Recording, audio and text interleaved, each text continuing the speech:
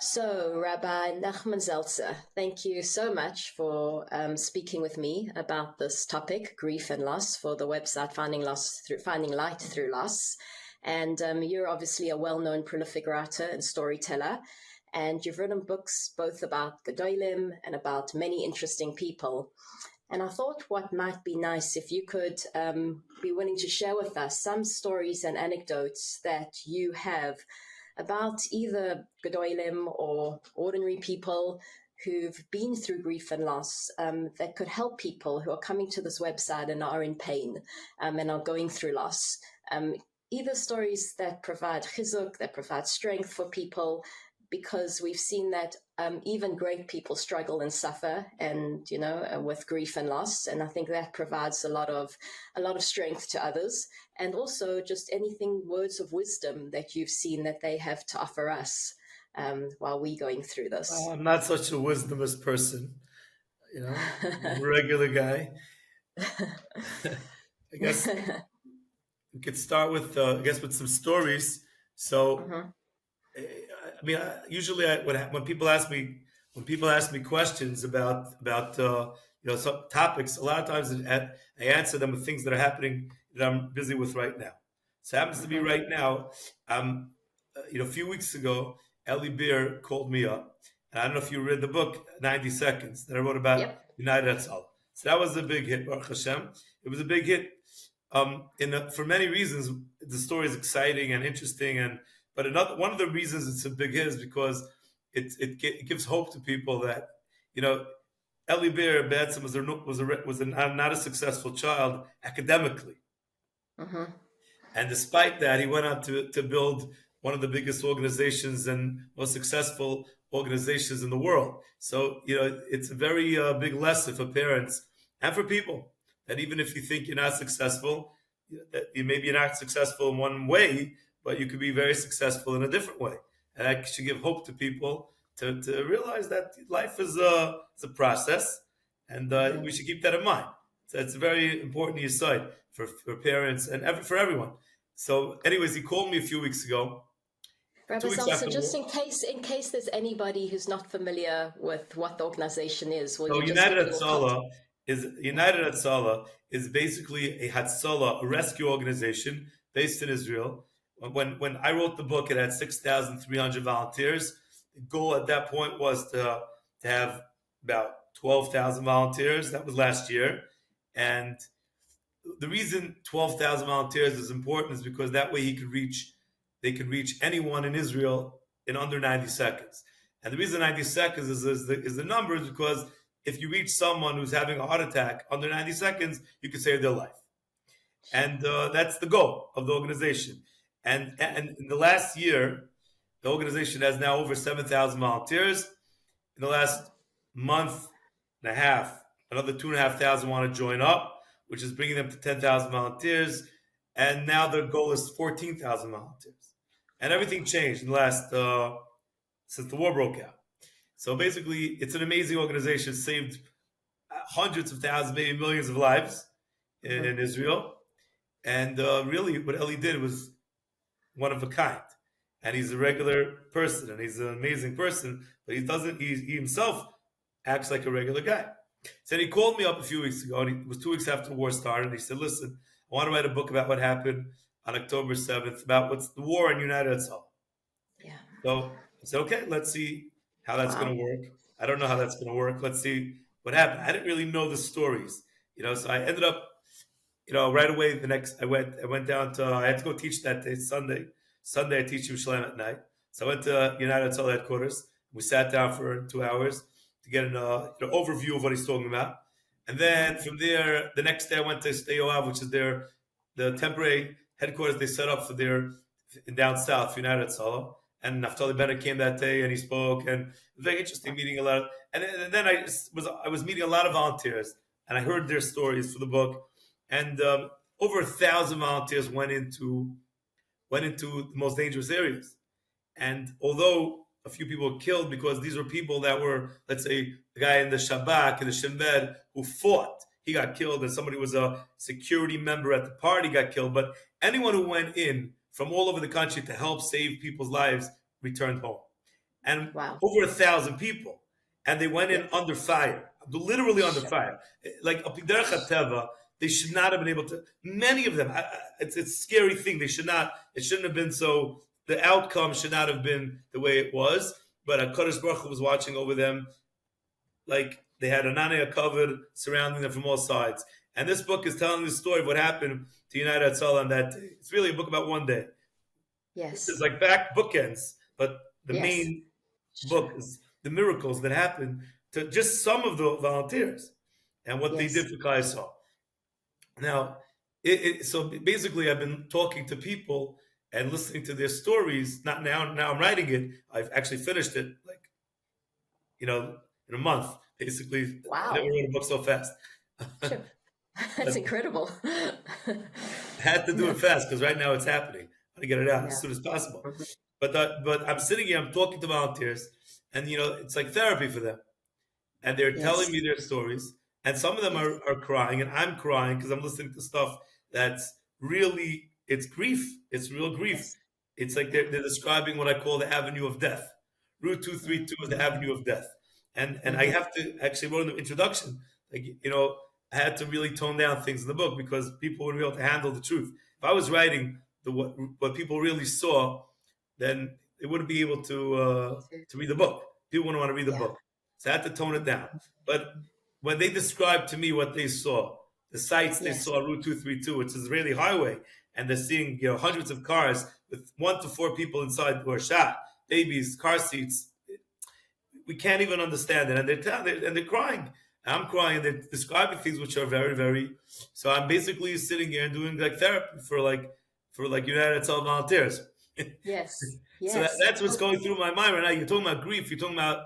I'm actually like listening to countless stories about, the hardest things. I'll tell you something interesting. I mean, there's so many things, so many stories, but like there's a couple that went down south. Simchas Torah morning. They live in Modi'in. Karen and Sergio Gorelnik. Karen Gale and Sergio Gorelnik. His second marriage.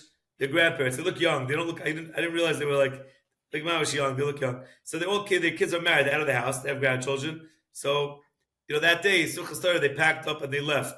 And they all the nash. Karen had made peklach for her grandchildren for Simchas Torah and sent it over. So they didn't have any nash in the house. So she's like, "What am I gonna take with me? We're going now south. I don't know what we're gonna do." And again, remember, no one knows what they're actually getting into. No one knows what's waiting for them. Yeah. They just know they want to help. They think missiles, a building will get hit. They'll help take. That's what they're thinking. Yeah. And so she says, she takes a bottle of water for her and Sergio, and she found like a big bag of lollipops. Yes. So she takes like a big handful of lollipops, puts it in her bag, like just in case, And she goes down there with Sergio, and it's interesting. Like later, when United Hatzala, they have a unit, they have a part of United Hatzala. They have a department called Chosem, which is psycho trauma unit, and they have a lot of volunteers who speak to volunteers who are traumatized from things they saw, and they give them group counseling, and if they're in shock, they help them right away. Yes.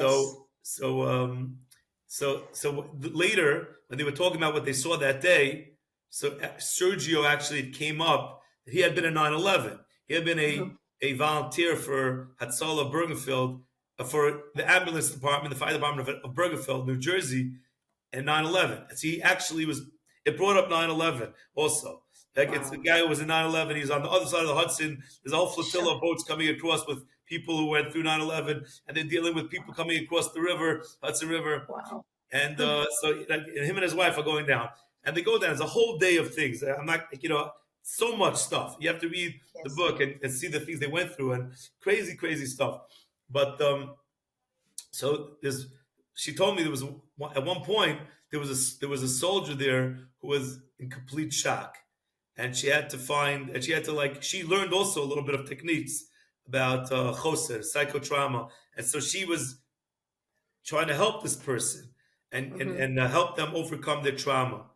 And And she did it. She told me some of the techniques. You have to get the person to, it's very important to get them to move. And it's very important to get them to do things for other people. And there's a lot of different things they do to get people out of shock. Yes. And Yes. so she said that later on that day, she was at this place called Cheletz, which is like another place to be using as a base. And she saw this guy who had been in shock. He couldn't talk a few hours earlier, and he was giving out bottles of water to all the volunteers coming back, which is very interesting. But the story I wanted to tell you was that at some point, it's like it's hard for me to describe everything. It's so much, but the main point that United Hatzala had to decide was: should we allow our volunteers to go into war zone? Maybe we should keep them out of the war zone, and if wounded people could be brought to them, and they'll take the hospitals. Madad was not going in because at the beginning of the day someone got killed. They stayed out. They didn't go in. Yes. And so that was a question. What do we do? Yeah. And the head staff at United Hatzala, they said, listen, we're not going to tell them they can't go in. That we're United Hatzala, we go in. I'm not going to tell them they have to go in. I'm not going to tell them they can't go in. If they want to go in, they're going to go in. And on the ground, Eli's son-in-law was running the operation, and he had to decide. Like, guys come and they're like, Aaron, right now, Kfar Aza, many wounded people are going to come out. If no one's waiting for them, they're going to die. It's very nice that their ambulances are 25 minutes away. How does it help anyone? If we don't come and get these people out, they're cut in half. They're missing body parts. Their blood is what you need to be there. So he's like, I know, but I'm putting my people into danger. And it was like this big decision people had to make. Should we put our people into danger or not? It's a huge decision. And he said, you know what? We're doing it. And they went in. A convoy of ambulances went in, and their backs are to Kfar Aza, and the fronts are to the orchards and the fields across from Kfar Aza, which were filled with terrorists. Yeah. Amazing. And terrorists came there while they were there. It's like we don't understand. It was literally life and death. And they went in, they did it. We're doing it. We're going in under fire, and we're going to do this because this is who we are. We are United Hatzala. This is who we are. It's like unbelievable. It's just not PR. This is like the craziest story ever. And he says to me, and she tells me, Karen Gale is telling me that she's an American lady who lives in Modi'in today. And she says that at one point they bring a family out of Kfar Aza. One of those, I think it was Kfar Aza. Family comes out. Somehow they're alive. And they have like 2 kids. And they had been in a Jeep. It looked like they had blood on them. It wasn't their blood. It was they were sitting in a Jeep full of blood. So they came out. There's blood all over them. But it wasn't their blood. Yes. And as they're taking them to try to put them in an ambulance and try to get them away from there, to bring them somewhere where they can take them to the hospital, so suddenly the ear raid siren goes off. And then they have to like throw themselves on the ground. And it's like one thing after the next. And suddenly she's like, wait a second. And she's like, I have lollipops in my bag. And she goes into her bag and she pulls out these lollipops and she like hands it to these kids. And their face lights up like this is a kid who was in a mamad for 12 hours, hearing shooting, terrorists, rockets, and the smile on their face when she handed them a lollipop. Wow. And I'm like, this is why, like Hashem prepared for you 12 hours ago when you left your house a handful of lollipops to give to these kids when they're going to need it the most. They'll never forget this lollipop. As long as they live, they'll never forget this lollipop. Wow. And I was just blown away by it. She gave them, the parents, a couple more lollipops. And to me, it was it's these moments that make the book. The moments of brightness, the moments of hope, the moments of beauty within the sea of pain. That's what allows people to go on in life. Yeah. It's so true. It's so true. There was so much in what you said that's so beautiful. And by the way, I've seen Eli talk about it and what happened on that day and the decisions they make. And it's unbelievable, as you say, because these weren't chayalim, these weren't soldiers. These were people, medical, incredible. One of the things or 2 things that came up for me in what you said. first of all, in what you're doing, even by letting them tell their stories, they say with grief that you want to let people bear witness. You need people to bear witness to your grief. And what's amazing is Shiva does that. Like for me, just personally going through grief, I was like, that's what happens at Shiva. People want to hear, and you tell the story again. I know when my sister died, it was so traumatic. The story, it was so sudden. She was so young. There was so much pain. There was so much confusion in the decisions. And we all needed to tell it again and again, and we just need people that could bear witness to it. And so in a way, even them having this opportunity to tell those stories to you and you bear witness to their grief, because the grief is, first of all, seeing people die around you and etc. But also there's a grief in that what you thought, like almost the world order that existed before 7th of October, what you thought was possible, all changed. There's a loss of reality in a way. There's a new reality, and that's a grief. There's a loss for the old. There was not much what you're saying. They all told me this. They told me these stories. They said we're driving down these highways, and we keep on saying, "Where are we? Is this the end of the world? Are we in a movie?" Yeah. You can't equate what you're seeing with reality. Is one of the guys told me, he says, the things we're doing in a normal day, we get arrested for doing them. Like you normally an ambulance has to have one patient at a time. One patient. You don't take patients like this. We have 4 patients in regular ambulances, not even ICU ambulances. And we're doing things, we're breaking rules, we're breaking laws, we're bringing people on top of Jeeps and doing operations as they're driving on a Jeep 150 kilometers an hour. And it's like, and they would look at each other and say, Akiva, do you believe where we are? Like, do you believe what's happening? Yeah. And it's so hard to understand what's going on. And they all said this to me. They all couldn't get over what they saw, what happened. Like the stories they would tell me, it's like action films. Like this guy, he said they brought a patient to the helicopter. They had helicopters taking patients, the most critically ill patients had to go by helicopter. And by the way, the Ministry of Health didn't give them permission, and they flew anyways. They flew anyways because they had to save lives. And they didn't care. They're like, we're not going to stop because you're not giving us permits. We're going to save lives. And but the army appreciated this very much. I don't know if you saw in the news, Eli met with Yoav Gallant a few days ago. The army really says, like, Ministry of Health doesn't like people who do what they want, but the army, that's exactly what they like. They like people who are commandos. If there's a wall, you go on top of it, you go underneath it, you go around it. United Hatzala doesn't let anything stop. They're not rule doers. They're like, if a rule doesn't make sense, we go around the rule. We make it work. We save lives. And this guy was telling me how he was bringing a patient onto a helicopter, and suddenly he sees that his gun's not there. It means his gun fell out of his vest, off the helicopter. And the helicopter's door is closing. And they're looking for the gun, but he can't leave it there. So they have to jump off the side of the helicopter. The helicopter's about to take off, and the rotors are spinning, and they're jumping off, looking for the gun. The helicopter takes off. They're looking for the gun. They found the gun. It's like crazy, real action movie stuff. Yeah. It's unbelievable. And again, like, it's just, this is almost on the national level. I think that's what people are going through is, even people who weren't there, trying to get your head around how these kind of things could have happened in this kind of, new reality that we're now living in. Another interesting thing that you said, which I didn't want to let slide, was when you spoke about her telling the soldier who was in shock to do something, to do action. And it reminded me that I read recently, and you probably would know the pasuk. I don't know the pasuk, that when Sarah died, Avram cried, and then he got up and went to do something. And I was speaking about how he cried and then he got up, because you need to then go and do in the world, etc.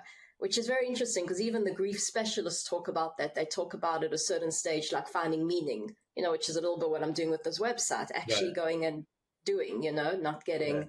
So it's interesting that you brought that up. That's Karen told me that night when they got back to Modi'in, so she was like completely, like, her husband was okay and she was not. And remember, her clothing was covered in blood, because the whole day they were dealing with people who were really bleeding to death. And it was completely black.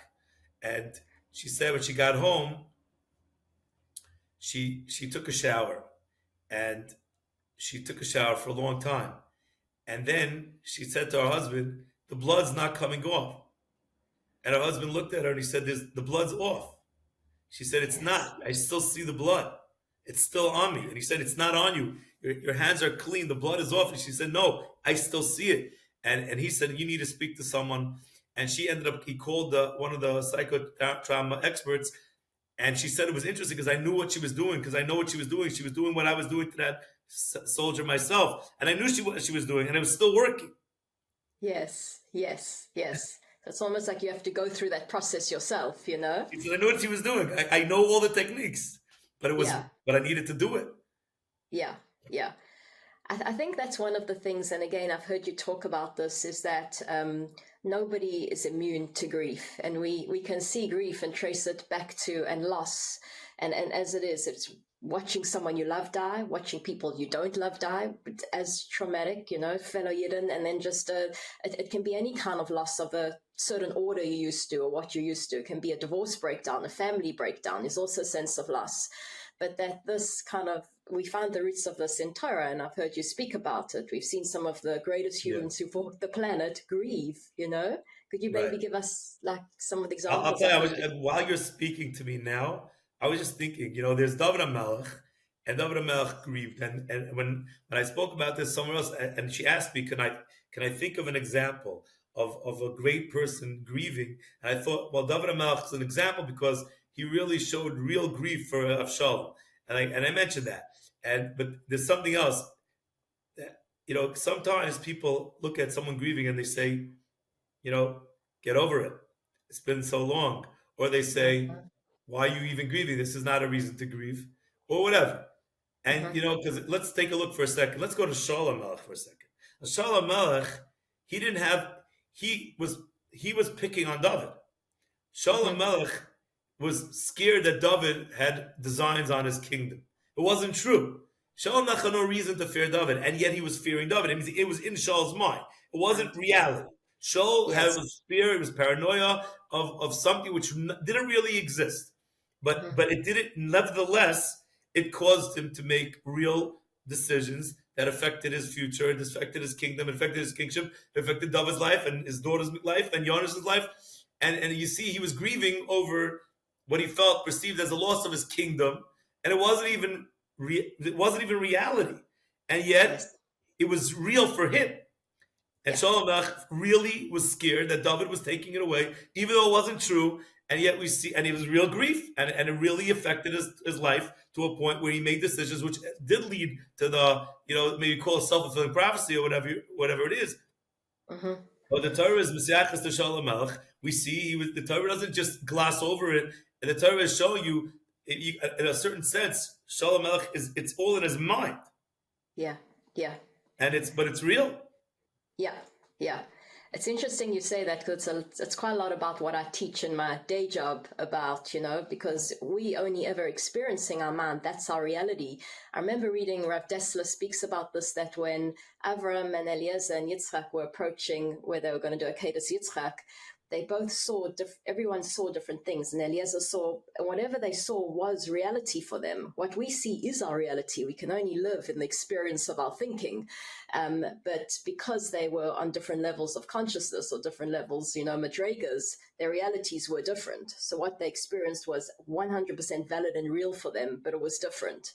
And I think, that's very much a hallmark of grief. People say that people grieve differently, and you don't ever want to, you know, there's no particular way to do it, and it's valid for someone. So you're saying that somebody can almost be grieving and experiencing a loss, experiencing pain, when there's not even a valid reason. It's not even real. It wasn't real. It wasn't real. It was the king. For him it was. But it was real for him. It was real for him. And the Torah describes that to us. By the way, it's fascinating because you see that, you know, Michal was married to David, and Shaul HaMelech took her away from him because he said, you can't be married to her. And he said it wasn't a good marriage, and he made her marry Palti Balayish, and it's a whole thing that would happen over there until she came back to David. But the Torah describes to us also, the Torah doesn't gloss over uncomfortable moments. You know, the Torah describes the Shalom Bayis issues that Michal and David had. Like David Melech is dancing when the Aron comes back, and he's dancing, and Michal's like, "Why are you dancing like a slave, mecharkel, meraked, like an eved? How could you do this?" And David's like, "No, it's not the way. This is the way to do it." And she gets punished for it. She doesn't have children. And if you think about it, really, both of them are okay. They're both right. David Melech comes from a line of extroverts. He comes from Leah. He comes from a whole line of extroverts, of people who share their feelings with the world. David Melech, when he's upset, what does he do? He writes a poem, he writes a song, he writes a thing and puts it out for the whole world to read. He shares his grieving process with the whole world. That's an extrovert's way of acting. Yeah. And Michal comes from a Shalom Melech, who's an introvert. He's quiet. He didn't want to be king. He's a bashful person. And his mind he's living in his head. And he wouldn't be a person dancing in front of everyone. And she's like, "Why are you doing this? My father wouldn't do it." And he's like, "Yeah, but I do." And they're both right. Yeah. Except one's an extrovert and one's an introvert. By the way, that's also another beautiful yesod for grief, just to pull it out, is that people have different ways of grieving, because people will often say, "I wish I could be a person that could get it all out, but it's not me," or someone says they're so contained and refined. Both are just, it's your kind of nature. It's what feels right for you. But I wanted to give you another example that came up in my mind when you said that, because if you think about Yaakov was mourning for Yosef, when you talk about Shaul, Yosef wasn't dead, right? So he was also, in his reality, he was dead. So he was going through that grief, but he wasn't. And what's interesting to me, I mean, this is something, I don't know if you have any comments about it, that I've always wondered, like how somebody with the level of nevuah, they say his nevuah went away because when you're sad, when you're not in a state of equilibrium, then you can't have nevuah. So he didn't have nevuah. That's why he didn't know that Yosef was still alive. But it always fascinates me that Yaakov didn't know, that he felt such sadness and that he was living in this reality which wasn't real, which he thought was, and was experiencing this grief for so many years when Yosef was alive. What's the question? I don't know. The question was that surely, so maybe this is my question, and it's not probably a good question, but I spoke to somebody the other day who's going to be on this website, who lost her son very tragically at the age of 14, an accident on the school yard. And from the moment it happened, this was someone who was living in a high level of emunah to start with, where most of us aren't. So when this happened, she was able to feel Hashem right away when she was going to the hospital. She could feel Hashem with her, and the whole experience was very elevated and very beautiful for her. She said immediately we were on Team God. She said, "I always felt that I was hosting this child. I felt he was a child we were hosting, and I felt we were on Team God. We're sharing him now." And her whole process was very beautiful. There was an acceptance, and that didn't mean she didn't struggle through her grief at times, but there was, and it feels like sometimes when you think about Yaakov, that wasn't there, that he was so consumed with this grief that he couldn't get prophecy or nevuah, and this was Yaakov Avinu. It's hard to comprehend that, this was somebody who was holding. Because I'll tell us that because it wasn't true. It wasn't over. It wasn't closure. He never got closure. It's a person doesn't get closure, then they can't move on. That was the problem. And by the way, he never really got closure, according to some of us. He never got closure even after he met Yosef, because it was a machlokes whether he ever learned the truth about what happened. Oh, really? Yeah, it's a machlokes Rashi and the Ramban. Did Yaakov know that the Shvatim did it, or did he not know? It's a machlokes. And according to the Mefarshim, they say that Yaakov cursed Shimon and Levi, and according to some their shittas, because he figured out that it's them. Ki ba'apam hargu ish shar. Yosef is a shar, and he says, "I figured out what you did." And there was certain things that they dropped, the clues the Shvatim left, not even meaning to. He figured it out, and so it was never closure. Even after he was back with Yosef, it wasn't so clear. Like you would think the first thing he should do is pull in the Shvatim to the room and be like, "All right, you came to me 22 years ago with the blood-drenched garment. And you said this happened to Yosef, but he's alive. So I want to understand what really happened that day." Yes. He doesn't do it. So it's like it's not clear whatever happened over there until the end. It's not clear. if he ever really got closure on what happened. According to some shittas, he did, but according to others, it was not discussed completely, and the Shvatim were scared of what Yosef's going to do to them afterwards, and there wasn't closure, and it's a very complicated and complex story. But regarding what you said about, which goes back to Shalom Melech, and what you said about Yaakov Avinu being in pain and not really for not a real reason. So I wrote a story many years ago, one of my first short stories, which made a huge impact because there wasn't a lot of newspapers and magazines at that time. It was just Hamodia. So at that time, this story came out right before the Yom Le'Roim, and I think like every Rav in the world used it in their drasha. So basically, the story was that there was a guy working for the Federation of America, and he was flying somewhere, and it could be the story. There was an old man sitting next to him, and he noticed the man had a number on his arm. And when the stewardess was giving out the food, he saw the guy got a treif meal, and he said to him, "I don't know if you know you can kosher meal on a plane." He said, "Yeah, I know." He says, "But maybe you didn't realize." He says, "No, I do realize." So he says, "How come you're doing it?" "I don't want to talk about it." So he kept on pushing him. Eventually, he's like, "Look." He tells him a story. He said, the end of the war, and him and his wife and his son are still alive, and then he saw the Nazis took them all to the edge of the town. They made them dig a ditch, and he saw them shoot his wife and his son, and they died in front of his eyes. He managed to escape, but he said, "Look, Hashem says, we should have children. I had children, and then Hashem took it away from me. And so because of that, everything Hashem says to do, I do the opposite. I eat on Yom Kippur, and I eat treif, and I'm a chal. Everything Hashem says to do, I do the opposite. Because, Hashem said there's a mitzvah to have children. I did it, and Hashem took it away from me." So the guy's like, "I have nothing to say to him now. What am I supposed to say to this guy?" He felt like he didn't handle it well. He came out of the situation feeling like he really didn't handle the situation very well. Anyways, a few years later, he's in Yerushalayim for Yom Kippur, and he walks out of the shul in the morning of Yom Kippur. He eats a mir, and who does he see? He sees this old man. He sees him by a bus stop. Now, there's a machlokes in the girsa if he was eating something or smoking a cigarette. But the point, he was doing something he shouldn't do in Yom Kippur. Yes. So he sees the guy. He's like, "Oh, this is my chance to fix the story." So he goes over to him. He says, "Do you remember me?" And the old man's like, he looks at him and says, "Yes, I do. I remember you on the plane with me." He says, "Yes. Let me ask you something. Did you ever say Yizkor for your son?" And the old man says, "I haven't been in a shul in 50 years. So no." He says, "Well, what do you think? It's Yom Kippur today. Maybe it would be a good time for you to, close the circle. Say Yizkor for your son."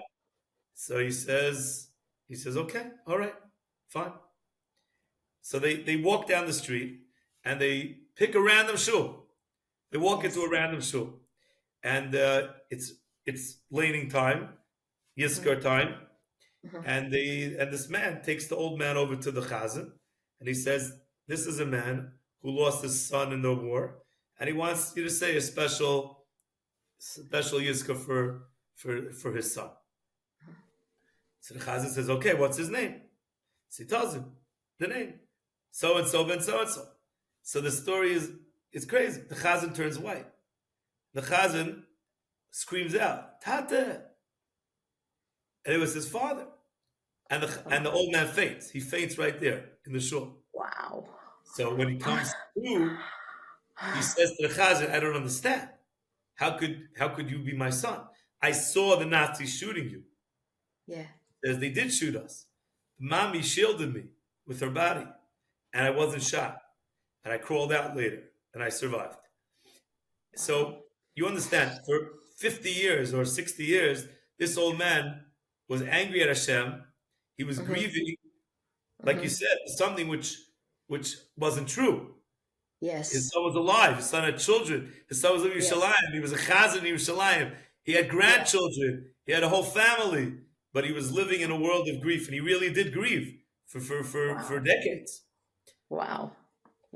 That's beautiful. Love that. And it also just speaks to the, I was speaking to Rav Asher Resnick. I'm not sure if you're familiar with him, but he's written a beautiful book on grief and Torah sources. He lives in Rav Shemesh.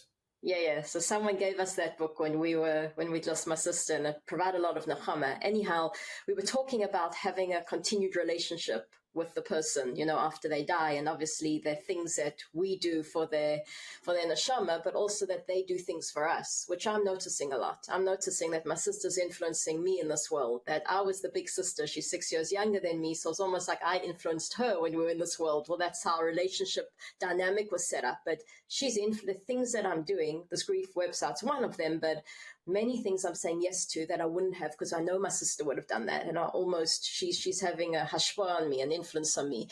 But you've told some beautiful stories. When you told this one, it made me think of a story that I heard when you spoke about a father who was like very into the yotzats of Gedolim. And, do you remember that story? Because I'd prefer you to tell it. Yeah, Okay. that's because that also has a yitzchak. I don't want to repeat the same stories on your. No, I'd love. It's such a beautiful story. It is a beautiful story. Yeah. My mother told me this story. She knows the people involved. Oh, really? Yeah. Yeah. So the story goes that there was a family that the father used to always go. He would come home, after shul in the morning, and he would go around the table and he would say to his children, what do you? Today's the yard side of. Every day there's the yard side of like 5 tzaddikim. He said today's the yard side of the Yisach Moshe. Today's the yard side of the Baal Shem Tov. Today's the yard side of the Vilna Gaon. What are you gonna do for the yard side of this tzaddik? So every kid would say, I'm gonna do this. I'm gonna learn Mishnayos. I'm going to, say Amen Yeshu Rabbah. I'm not gonna hit my brother. Whatever. Everyone with their thing. So this girl grew up, and her father passed away at a young age, and then she was thinking to herself one day, she used to do this also with her children. And then she's like, why can't I do that for him? Look, what you did for Gedolim, I can do for him. Mm-hmm. And so she would start giving him little gifts. She called it. She would say, today I'm cooking lunch that my children have koyach to learn Torah for my father's zechus. And today I'm going to do this for my father. I'm cleaning the house and keeping it nice and neat so that everyone should feel comfortable. My father's zechus. And she would do this throughout the day, constantly giving her father little gifts in Shemayim. Mm-hmm. So right before, actually, Simchas Torah, funny, ironic enough. So it was an early morning, 6 in the the phone rang, and her sister calls her up, and she's like hysterical. She said, "What's wrong? What happened?" And the sister says, "What do you do for our father? What gifts do you give him?" She's like, "What are you talking about?" And so she says, "I had a dream, middle of the night, and our father came in the dream, and his face shone, and he was wearing white clothing, and he had a glow, and he said to me, 'How come you're not coming to shul this Simchas Torah to say Yizkar for me?' And I said, 'Because I'm 9 months pregnant. I can't really walk right now.'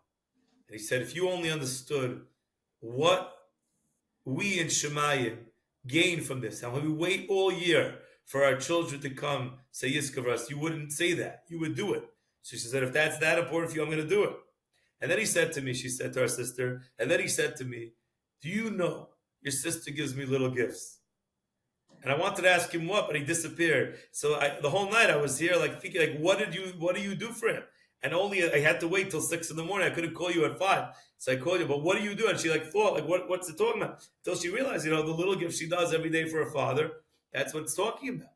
And she told her sister, and I really think it's amazing because people think, okay, the person's lost and there's no connection anymore, but it's not true. It actually could be, it's up to you. You could choose to be connected to that person. I also think people have to know the difference between healthy connection and not healthy connection. I've seen people who've uprooted themselves and moved and done things which I would say not to do because they think they're they think there's connections going on, which I don't know if I've seen a lot of things. I've seen a lot of different things. There's also you have the Rebbe. A person has a Rebbe. I always say the most important thing you need in life is a Rebbe. You need a Rebbe at the end of the day to guide you, so what's something which is true and what's just what you want it to be, and is it really happening, and what kind of a sign? Because we do know that dead people can connect, can be in touch with the world. The Gemara has stories about the Beis HaKvaros, the Hahu Chassid that was in the Beis HaKvaros, and here are two spirits talking to each other, and they were talking about what happens in the world, in the next world, and in this world. So we do know that it's real. Yes. You need a Rebbe to tell you this sign you should follow, and this sign you ignore, and this sign we don't want you to just get disconnected from the people that are here. There's still people here, and we don't want you living just with that. It's like you got to find the derech hamelech. You got to find the person who's grieving. It needs to have a dracha also and how to grieve, because like in everything in the world, the Torah gives you guidelines and gives people hadracha and how to grieve. Rebbeim give people hadracha and grieving and how to grieve. It's like anything in life, the person has to do it the right way. But I love that you say that, and it's so important. But one of the reasons I love that story so much is because I feel like one thing I've realized for me, that the more real like the next world becomes, and knowing that there's a world beyond this world, the more nechama it gives you. 100%. That was done in a very healthy way, remember? Yeah. It was very healthy. It was very positive. She was going around giving presents to her father. I think that's the most beautiful and amazing thing in the world. Yeah, absolutely. I also realized that, Seltzer and I had a very powerful time when my sister was actually dying, because we had the right people around us that could help us almost get into a spiritual state of mind and see that something was happening beyond the pain in the room of seeing a young mother who was really suffering, and they were struggling to take her pain away. She was in an incredible amount of pain. But allowing us to see that something was going on beyond that. I almost, I used to say to my kids when I called them, they all live in Eretz Yisrael, so I used to give them updates at the end of the day, and I almost feel like there's always something behind the curtain, and I feel like in that room I'm getting little glimpses of it, like there's a glimpse that there's something happening that's beautiful and perfect beyond what looks so wrong in the room, in this physical world. You could sense that, there's nothing more powerful than a transition when we give birth, and then the transition when someone dies. And I felt privileged to be there, even though you're watching a person you love, die in transition. Right. But I think it's like that I think that when a Jew can see that, and I think it's the same thing for what's happening now in Eretz Yisrael, you have to be able to have that bigger picture of it, because that's what gives us hope, and that's what gives us light. Yeah, if you want to look at the big picture, so many things jumped out at me right away about the big picture, and you hesitate to say them because you don't want to belittle anyone else's pain, but they jump out at you, like the miracles that happen. More and more miracles are coming out. I put a lot of them in the book, but just for me right away, I was thinking, from day one, really it should have never have happened.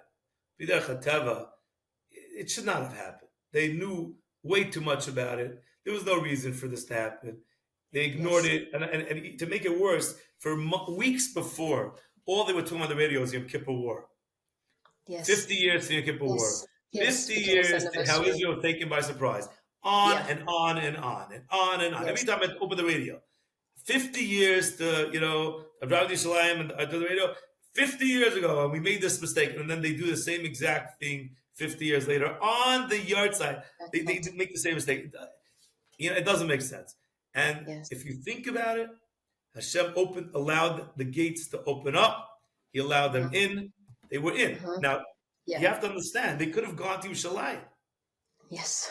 They could have gone all the way to Yerushalayim on their motorcycles. There were the security presence between Sderot and Yerushalayim was very small. They could have gone all the way. In Yerushalayim, there were tens of hotels with 1,000 Americans in each one who have no idea how to defend themselves. Yeah. Now imagine if instead of 3,000 terrorists, 20,000 terrorists came into Israel. They would have killed 100,000 people. Yeah. And no one could have stopped them. Because once you're in the boundary, the idea is the army doesn't let you into the boundary. Once you're in, it's the police, but the police nobody was ready. Yeah. But Hashem said no. Hashem let them do what they did up to a certain point. They couldn't cross it. He didn't let them cross. He kept them in a certain area. He didn't let them cross. And they stayed there. And they didn't continue. Even though they could have, nothing was stopping them. They could have continued. Instead, they busied themselves doing all sorts of terrible things instead of moving on and really see. They stopped. They didn't see the big picture. And you know what? Because they did this and they did such terrible things, Israel was able to respond in a way they were never able to respond before. And it put the whole country, it put Humpty Dumpty back together again. Yeah. The whole country. They healed the country. So on the surface, it's a terrible thing. It is a terrible thing. But you look a little deeper, it is a lot, like you say, there's so much more going on. Like if you could almost hear the whispering behind the curtain. Yeah. Yeah. Have you ever heard of the phrase a nes ra? So That's a nesra, yeah. what do you mean by like? I was calling Rabbi, it. I was calling it chesed covered in din. yes, yes. No, just because Rav Yeshua Hartman, who's a very special Rav here, he's probably one of the foremost experts in the world in the Maharal, and we're very lucky. He teaches at my children's school. Anyhow, he gives shiurim, and my husband went there and he spoke about this concept. It's a Torah concept of a nesra, and it just made so much sense to me when I heard that, because as you were saying, this was, a nes is a banner of Hashem in the world, and this was a bad one, but it was Hashem bringing out something, as you were saying, in the world. He Yes. allowed this to happen for, obviously, something else It bigger reminded that me of needs to happen. 2014 when three boys were kidnapped, and that led to them finding all those tunnels, which they were Yes, planning to use to come into Israel to do what they did. good. It Yeah, reminds me of the yeah, Holocaust, which led to the state of Israel. There's a yeah, lot of things that happen which are terrible things, but the outcome of those things are not necessarily terrible. Sometimes, I mean, the fact to me, and I'm not saying coming from a Zionistic point of view, I'm coming from the fact that right now, if a Jew doesn't feel comfortable in England or in America or France or anywhere, he can go to Israel if he wants. yeah, And yeah, that's a beautiful thing. I think that's yeah. amazing. I think we need to be makar tov to Kadosh Baruch Hu for giving us our place, that we have a place to go, which really belongs to us from back in the beginning of time, and every Jew is welcome there. I think it's an Yeah. amazing thing. We need to understand that. But that was an outcome of the Holocaust. Yes. Well, it's funny because, this woman I was speaking to was saying to me that she gets upset when people kind of say somebody's going to die or something, chas v'chalila, they say, because, she doesn't see it that way, that it's chas v'chalila. She sees it as a neshama. And she said, obviously, we want to b'chat b'chaim, choose life. But when it's b'shat tova that somebody needs to go, it's their right time, we shouldn't see it as a tragedy. And I was speaking the other day to a group of women and talking about how, we say Baruch Dayanemis, and they say in the times of Mashiach, we won't say that anymore. Right now, we see that Hashem is the true judge. We can't understand. We can't see it as good. So we say, at least we know we can trust that he knows what he's doing, and this is the right thing to happen. He's the God of emes, of truth. But there will be a time where we won't be saying that. We'll say Hatov Metiv. We'll see that it's good. But right now, we have to be where we are, and we have to experience what we experience. I wanted to ask you just because if I don't do this, I'll get into trouble. My daughter-in-law is the great-granddaughter of Rav Shamberg and Rav Pinchas Shamberg, and you had a story about Rav Moshe Shein and Rechama Shein. So I really would love you to tell I that. had a story. Yeah, do you not remember that? What story? Remind me. When Rav Moshe Shein was nifter, you said Rechama Shein went to Rav Shamberg. Oh, yeah. That's not my story. It's Rechama Shein's story. Rechama Shein said that when her husband, because like this is the story. It's a great story. Rav Shamberg came to their house one day. Yes. They lived in the same building, Panama-Iris 2, I think. Mm-hmm. And he came to them, and one day, and he went up to speak to Rav Moshe Shein. And after he left, so Rechama Shein said to her husband, what did he want? So he said he's traveling a lot, or she was traveling a lot, and he can't learn as much as he wants when he travels. So he asked me if I would learn for him and give him some of the schach. And I agreed. So after Moshe Shein passed away, Rechama Shein went down to her brother-in-law, and she said to him, now it's payback time. And he turned white. And she said, he did for you, and now you have to do for him. And he didn't want to. He was like he didn't want to do that. He was like, it's too. He valued his time. Rav Shamberg was one of the masmidim of the generation. He valued every moment. He wasn't normal in that way. And he thought about it. He said, I'll give. I don't remember exactly what he said. I'll give like a very small amount. I will do for him, which is like, it was to me. It brought home. He realized I owe a curse to him because he did it for me, and I will pay him back. But if you listen to what he's giving him, it just brings home to you what time is really worth. Yes. Just even that small amount is such a little, very small amount, but because he really maximized his time beyond what almost anyone else did. So his minute's worth who knows what for other people. Yes. No, I love that. I love that. Yeah. It really hit me because of the connection. There's something else I wanted to ask you. In you like studying people with telling their stories, What do you think people struggle with the most when it comes to grief and loss and illness? What is the thing people struggle with the most? It kind of stands out for you in your interactions and storytelling.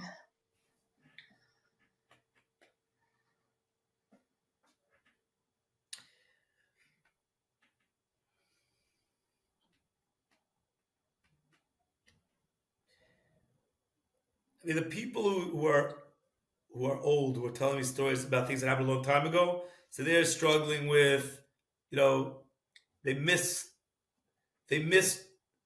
their parents, or they miss the people who died. They never quite got over it, from the Holocaust. They're still talking about it now. Yes. Again, that's an indication of what when people say get over it, people don't get over it. They don't really. They never really get over it. They do. It calms down. It's not as powerful, not as intense, but they never really get over it. They still are there thinking about their village in Poland and their parents, and they never really. So that's the people who are old. People today, I don't know. Maybe it's I don't have a clear answer. Maybe it's the idea of the abruptness and how they didn't get a chance to really, like, it's almost as if, again, it's not true because every person lives as much as they're supposed to, but maybe they feel like they didn't get a chance to fulfill their potential. When a person is 90 years old or 95 or 100 or 89 or 88, they lived a long life, they fulfill their potential. So then you're like, okay, they did it. And even in this war, old people were like, they took it for their family, protected their family, said, I lived a long life, I'm okay, I don't mind. Like, but when a person's young, and so then it's like, it's almost as if the person feels like they didn't really get a chance. They didn't say, okay, we understand that was their time, but it's still hard for us because we feel like, wow, they could have, who knows what they could have become. And I just went to Menachem a person from Rabbi Nachman, it was Eli, Benjamin Eli. He was the soldier, and I think he was in the choir when he was a kid. I'm pretty sure he was in my choir. Benjamin Eli, I'm pretty sure. And his father, I would share that his father goes to. I went to Menachem, and his father was actually he's an English guy. He's a good sense of humor. He was telling stories, was crying, but he was also funny. He was talking about his son. He said, my son lived on like a farm. He built his own house, and he worked with cows. He was a good cow herder. And we always said, like, man, it's good he's a cow herder, because if he was a shepherd, I'd be embarrassed. My son the shepherd, but my son the cow herder, that's not so bad. And we would joke, we would say, like, what's your favorite cow? Is it Daisy? Is it 345? Which is your favorite? And he was very good. And now I see on the Yeshiva World News that they're asking people to learn half of Shas and his memory, and they're doing beautiful things. But when you're with a soldier who's 19, 20, 21 years old, and of course, yes, it was his time to go, clearly, because there's 1,000 soldiers and 500,000 soldiers who are not. And he was picked. Yes. At the same time, the family, I think, again, this is, I don't know, I'm just guessing, the family feels like, his life was cut off at a time when other people's lives are just starting. Like you said, your sister was young, a young mother. Like, how come she's not going to be a grandmother? People like, how come my sister, like, she'll never be a grandmother? And we don't know. Hashem has the cheshbon. What are you doing in Hashem's? Hashem has a cheshbon. I'll tell you a story that I was in London years ago. I was in London many times. London's big fans of Nachman Seltzer. I've come to speak in London. Who isn't? It's funny. London, of all places, I don't know what it is. Something about London. I think it's like the place that I've gone to the most. Really? Oh, wow. Yeah, I don't know what it is. Yeah. It's true. I've been there many times. So one of my first trips, I went to, I'm in a certain neighborhood in London. And London, if you know, the older houses are all like row houses, very, like, a lot of times dark inside, claustrophobic. It's not like today where they're like, they're just not fun to live in. And today people are like, opening up and windows and light, but it used to be more like claustrophobic. Yeah. So I'm there and I'm speaking in London in a certain neighborhood, and the lady comes and says to me, would you be willing to go meet this girl who lives around the corner? And she's very sick. She was sick. She got better. She got sick again. Now she's very, very sick. Would you be willing to go meet her? And I said, like, I was 26, I think, or 25. I was very young. And I was like, what am I going to talk to her about? I never went to meet someone who's, sick like that, dying. What am I supposed to tell her? And she's like, listen, she's not talking to anyone right now. She doesn't want to talk to anyone. but I saw your book next to her bed. And I asked her, I said, he's coming to speak tomorrow. Would you want to meet with him? And she said, yes. So would you be willing to meet with him? Yeah. So I said, I think it's part of the achrayus. If you're writing books, you have to be willing to do this, even if you don't know what to say.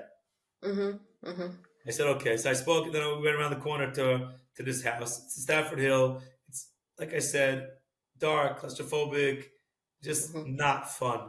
And just the vibe in the house wasn't great. The whole Nazi was not great. And this girl comes down the stairs on crutches. She was missing a leg. She had an amputated leg. And she comes down. And there's all these people in the room. I'm supposed to talk to her with all these people. I said, everyone has to leave the room. Go out. I can't talk to her and have a conversation with her. You're all here. You have to go out of the room. So they all went out of the room. And I'm sitting here with her. And I said to her, what's on your mind? You want to talk to me? What's on your mind? And she says to me, I don't understand why this is happening to me, she said. And I sent a letter to a big mashgiach in America. And they sent me back an answer. His spokesman sent me back an answer. Also, mashgiach. I don't like the answer. And she showed it to me, and it was like cliches, very cliche kind of answer. And I said, I understand why you don't like it. It's not a good answer. It's cliches. I get it. So she says, tell me, why is this happening to me? I'm 25 years old. We are Levium. We are not Neviim, the Seltzers. So my Rebbe, Rabbi Kaplan, Shlita, he taught me that when you don't know the answer to a question, you close your eyes, you look up to Shemayim, and you say, Hashem, put the words in my head. Give me an answer. I've done this. It helps. It's a good idea. So I did it. I said, Hashem, give me an answer to this girl. And I suddenly thought of a story. I never published it. It's too crazy. And I can't tell it now because it's like an hour long. But it's the craziest story I ever heard. And in the story, it's a story about a person who went through the most miserable life in the world. And at the end, they find out why. Okay? Yes. Point for point. Yes. And I explained this to her. I said, look, I'm not saying you're like this person, that this person did things, whatever, and they had to go through it. I'm not saying you're a bad person, that's why this is happening. I'm not saying that at all. A lot of people are sick. That was a really crazy story. A lot of people go through what you go through. I'm not saying it's because you were a bad person in the past and therefore you have to suffer now. But I'm saying, I want to answer your question. I want to say like this. What's bothering you the most? I think what's bothering you the most, and tell me if I'm wrong, is the fact that it seems random to you. Yeah. People don't understand. Why am I suffering and my friend has everything great? My friend is blonde, beautiful, she's rich, she's skinny, she gets shidduchim right away, and I have no money, and I don't have shidduchim, I'm not good looking, and I'm sick, and why is that? Why is it that it's so random? But this story I said to her proves to you there's nothing random in the world. Everything that happens to a person, it doesn't matter who they are, it's exactly down to the littlest detail. The moment you understand that, is the moment it stops bothering you as much. Because it's not random. The worst thing is if it would be random. Yeah. Random. I was sick, then I got better, and now I'm thinking now my life's about to start, and now I get sick again. It's like the worst thing in the world. If it was random, it would be the worst thing in the world. But it's not random. Hashem is a cheshbon. There's a plan. From this story, I showed it to her, and she heard it. She understood and agreed with me and she said to me, you know what? Like, thank you.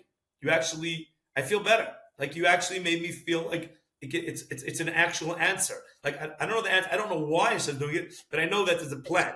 It's not random. That's for sure. Yes. And I said to her, do you want me to, give me a note and I'll put a note in the kaisel for you? And she said, no. She was very upset. I said, okay, okay, fair enough. And then before I left, I said to her, she said to me, I'll send you an email with a note for you to put in the kaisel. So I said, okay. Wow. And I went back to her as well, and I waited for the email. It didn't come. And I sent an email to her. I said, I'm waiting for your note. And so one of the ladies wrote back, she passed away a few days ago. And that was that. But she passed away not as upset as she would have been. Because it's not random. And I think this is everyone who's grieving. I think we all need to understand this. And I think in the war, it came out also. It's not random. There's nothing random. Why was one girl who started to be from and the terrorist said, you leave, and shot the other one, and this one was able to escape, and this one not, and this family was able to escape, and this one not, and everyone got burned, and this family didn't get burned. Nothing's random. Hashem has a plan for every single person. And that's, I think, the clearest thing in the world. And I've seen this my whole life is writing this. It's like you see this stuff, and I think this is a message that if you want to, give a message to the people, at the end of the day, the Kadosh Baruch Hu has a plan. We don't understand it, but it helps us to remember that it's not random. It's not random. That's beautiful, and maybe I'll end with a short little story, since you're inspiring me, being a storyteller that you are. That I was reading in a book, grief book, where this Rabbi Lord Jonathan Sachs was telling over the story. But I'm sure you've heard it; it's very well known that the Klausenberger Rebbe, after the Shoah, when somebody asked him, he lost his wife and his 13 children, and said, "Don't you have questions for Hashem?" Like the skull had, like, "Don't you have questions for Hashem?" And he said, "I do. I have many." He said, "But they're so powerful that I know if I had to have them answered, I'd have to go to the next world to have them answered. And I actually want to be down here now. So I'm happy to leave them unanswered for now." It's very special. Yeah. I'll tell you about the Klausenberger Rebbe. We can finish with this. Is that once the Klausenberger Rebbe was driving to Montreal for dinner many years ago. Right after not long after the war, and it was they didn't have Waze then, they didn't have Zoom, they didn't have phones, cell phones. They were using maps. They got lost, and they're driving around Montreal in the freezing, in the snow, in the winter, and they don't know where to go. And suddenly they saw a person walking down the street, a guy probably, a random person, and the Rebbe says, "Pull over next to him, and we're going to ask him where to go." And the guy said, "He's a guy. He's not wearing a yarmulke. Why would he know where Klausenberg is?" The Rebbe said, "Pull over." So the guy pulled over, and the Rebbe put down his window, and he says, in Yiddish, he says to this guy, "Come over here. I want to ask you a question." The guy comes over, and the Rebbe says, in Yiddish, "How do I get to the Klausenberger Stiebel?" And the guy tells him how. Yes. And then the Rebbe says, he invites him in the car, and they talk. And he says to the Rebbe, "I'm so angry," he says. "I'm so upset." And the Rebbe says, "I understand." And he says, "I lost everything." And the Rebbe says, "Me too." Wow. Yeah, and he got out of the car, and the Gabbai said to the Rebbe, like, how did you know? How did you know that this is a Jew? And he said, "Well, only a Jew will be walking in the middle of the winter in Montreal with an uncovered head." Wow. Only a Jew angry at Hashem will be walking down the street of Montreal in the winter, uncovering his head. Only a Jew would do that. Only an angry Jew. And many years later, they had a dinner in Montreal, and the keynote speaker, didn't show up. So the Gabbai said, "I'm going to tell you a story that I saw personally about the Rebbe." And he started telling them the story about how they were driving through Montreal and looking for the shul, and they couldn't find it, and they pulled over, and the Rebbe saw this guy, and suddenly somebody gets up from the crowd. He says, "If you're going to tell my story," he says, "I'll tell my story myself." And this guy goes to the front of the room. He's a Chassidish Yid with a beard and payas, and a regular Chassidish Yimgaman. He says, "I was the man walking down the street that night, and I was the one the Rebbe stopped. And the Rebbe understood my grief and my pain, and he knew what to say to me at the moment. And today I'm a frum person. I have a family with children, because the Rebbe understood how to talk to me, when I was so upset. I was upset, and the Rebbe understood. And he didn't tell me, "You shouldn't feel that way, and how could you be angry at Hashem?" He said, "I understand you," he said. And when I said I lost everything, the Rebbe said, "Me too." And I said, "I'm so upset." The Rebbe said, "I understand you," he said. So, and he came back, and he told the story. Yeah, so just to sum up, so it was this is the idea that the Rebbe knew what to say, and he understood, and he didn't judge him, and he accepted him as where he was at the time, and then this person was able to find an equilibrium, like you said, and he was able to take his place as a valued member of the community. That's because the Rebbe didn't deny his grief and didn't deny his pain. He allowed him to feel it, and he accepted him. And I think this is a beautiful story that brings out that point. Rabbi Zeltzer, thank you. First of all, that was beautiful. Everything you shared was beautiful. Everything really, really touched me. And just to end, like, the one note that stuck out for me when you told that story of helping that girl was when you were saying nothing's random, and every little part of it is Yad Hashem. For me, it's just like the thing is that shows the love Hashem has for us, because it often seems like, yes, everything could be B'yad Hashem, but he's punishing us or etc. But if you see like the detail that he takes, the detail of hashgacha and being in our lives, that every single little piece is orchestrated by him, it's the most incredible for me sense of love that he has for us. Like we want to know what's going on with our children because we love them so much. So I think that's just something to hold in mind with grief, because often we can feel like there's this disconnect where God's angry with us or punishing us or distant from us. But that story shows how it's just the opposite. These are so much of what you've shared with us. So thank you so much for that. My pleasure. Everyone should find and off of that bracha. Everyone should be able to find their footing. Find their footing when the world is shaky. When the world is shaky.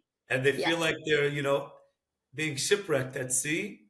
They feel like a little, a boat being thrown on the waves. Sometimes they feel like there's a storm, and they're in a boat, and their boat's being thrown.